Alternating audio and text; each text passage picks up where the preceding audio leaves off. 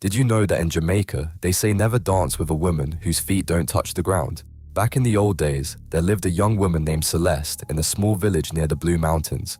On her wedding day, as she waited at the altar in her white dress, her beloved never came. He had run off with another woman that very morning, leaving Celeste standing there like a fool in front of the whole village. The shame and heartbreak killed her right there on the church steps. They found her collapsed in her wedding dress, dead from a broken heart. But death wasn't the end for Celeste. Now, whenever there's a celebration in any Jamaican village, she appears, beautiful, glowing, floating just above the ground in that same white dress. She chooses a man and asks him to dance, and no man can resist her ethereal beauty. They dance until sunrise, and by morning, the man is gone. Days later, they find him withered like an old mango, drained of life. You see, Celeste isn't killing them from anger. She's collecting them, building her eternal wedding party in the spirit world, where no one can ever abandon her again.